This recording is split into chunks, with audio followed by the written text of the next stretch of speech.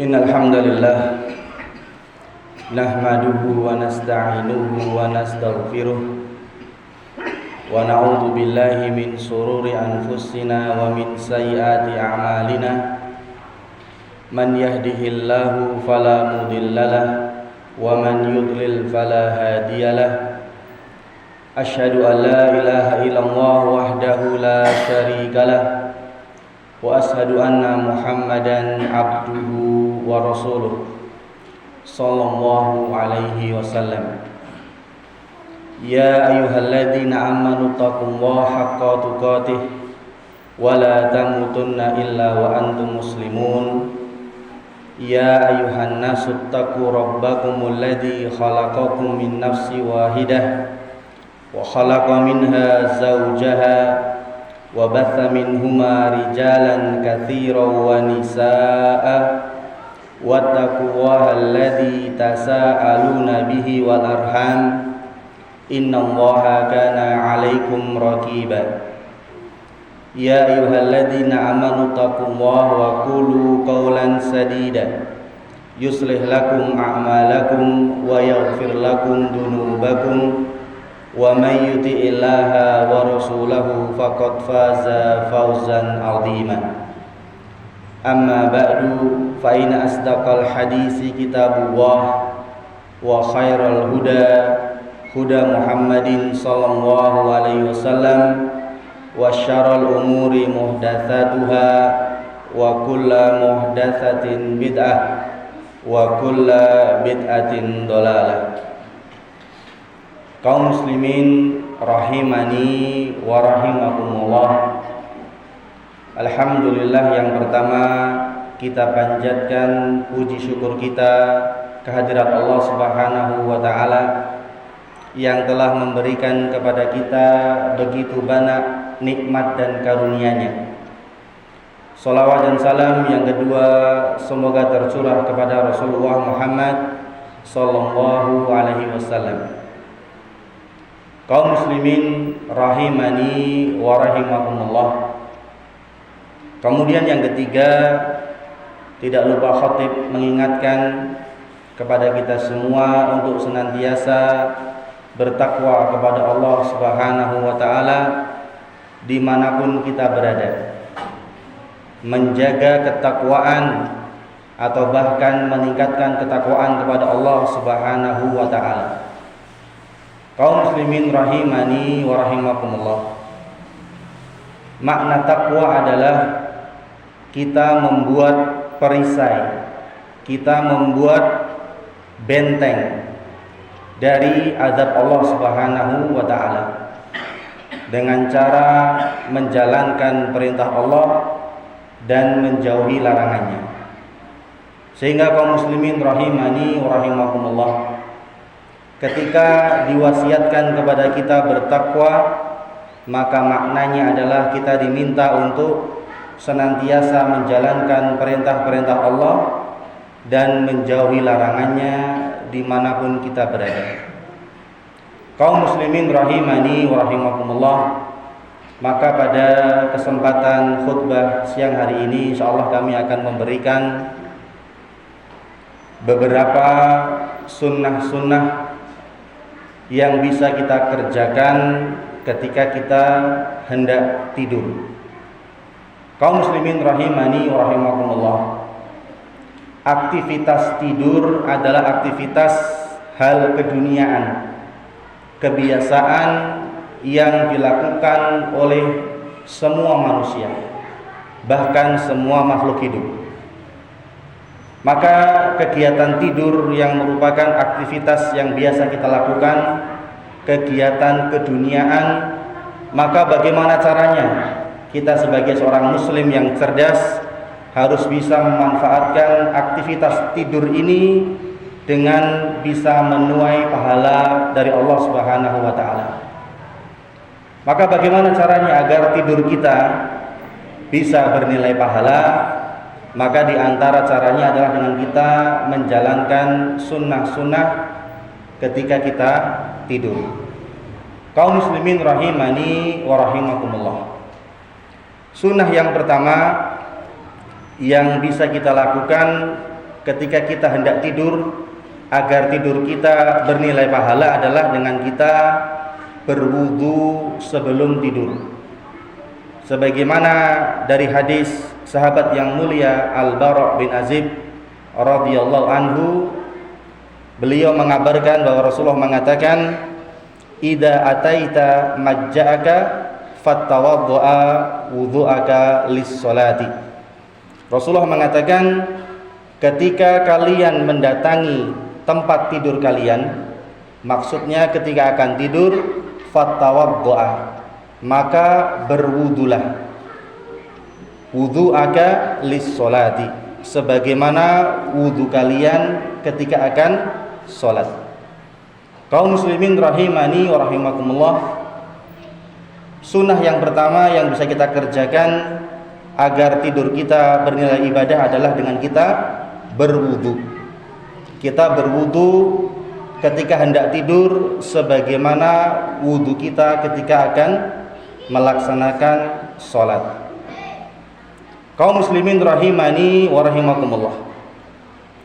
Kemudian sunnah yang kedua yang bisa kita kerjakan ketika kita hendak tidur adalah sebagaimana dari hadis Ibunda Aisyah radhiyallahu anha, ketika beliau mensifati aktivitas Nabi sebelum beliau tidur.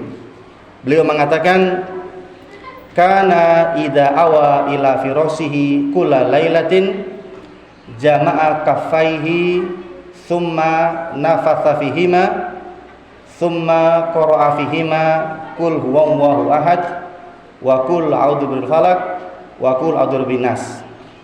Ibunda Aisyah menerangkan kepada kita bahwasanya Nabi dahulu ketika beliau hendak tidur, maka beliau mengumpulkan kedua telapak tangannya.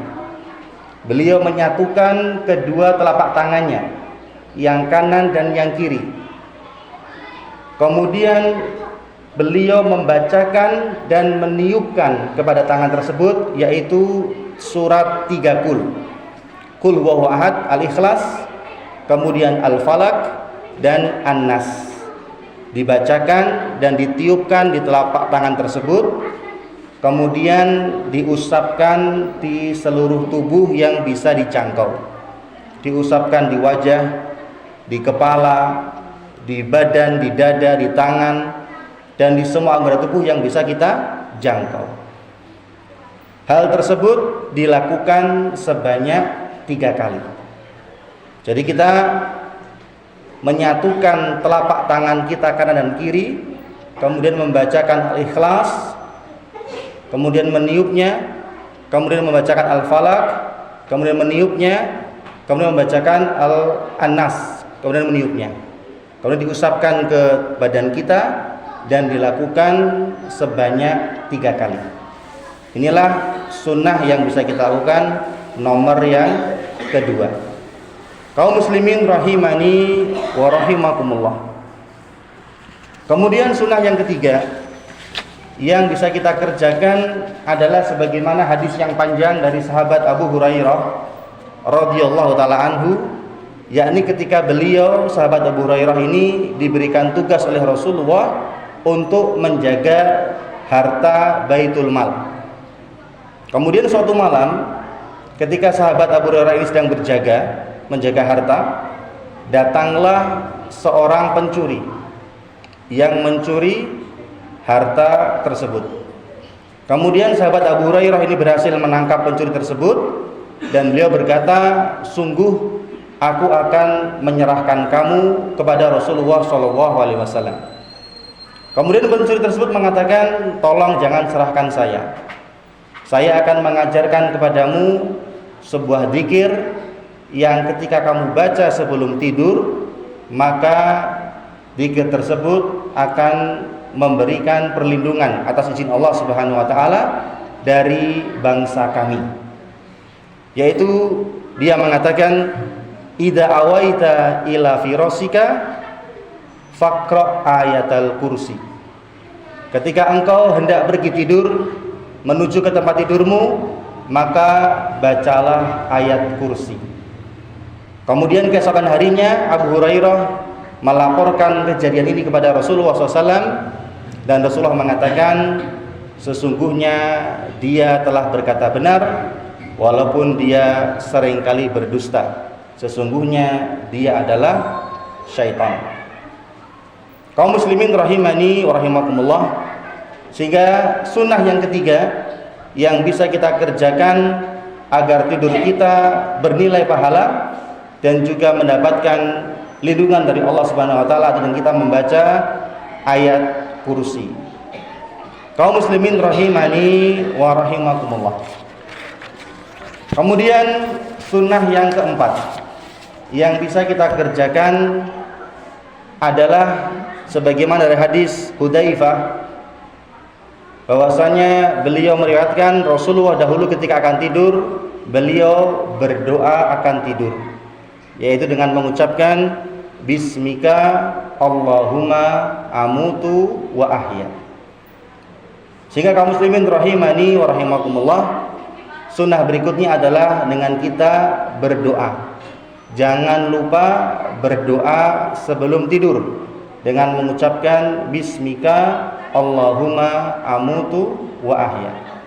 Kaum muslimin rahimani wa rahimakumullah, sunnah yang kelima yang bisa kita kerjakan ketika kita hendak tidur adalah sebagaimana dari hadis Abi Barzah radhiyallahu anhu, yaitu beliau menceritakan bahwasanya kana yakrahu an-nauma qabla al-isya wal haditha ba'daha.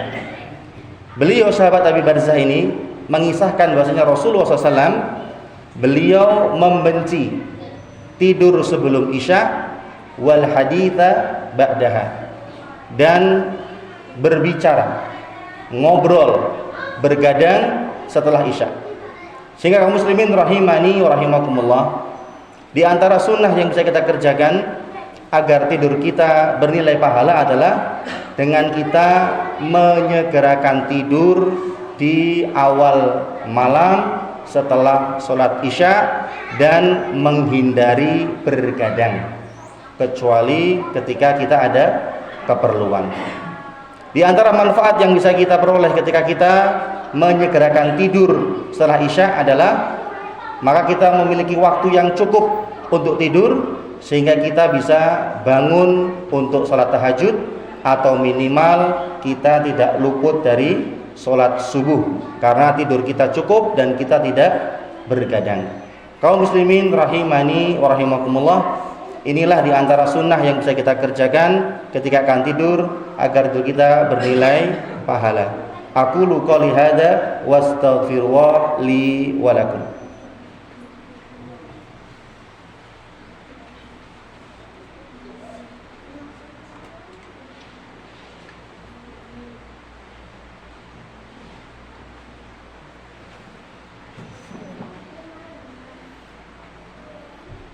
Innal hamdalillah nahmaduhu wa nasta'inuhu wa nastaghfiruh wa na'udzu billahi min shururi anfusina wa min sayyiati a'malina. Man yahdihillahu fala mudhillalah wa man yudlil fala hadiyalah. Asyhadu an la ilaha illallah wahdahu la syarikalah wa asyhadu anna Muhammadan abduhu wa rasuluh.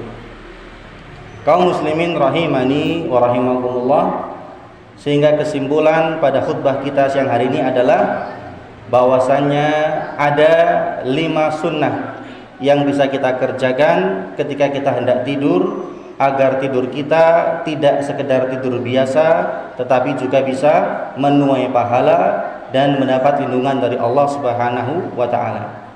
Yang pertama adalah dengan kita berwudu sebelum tidur.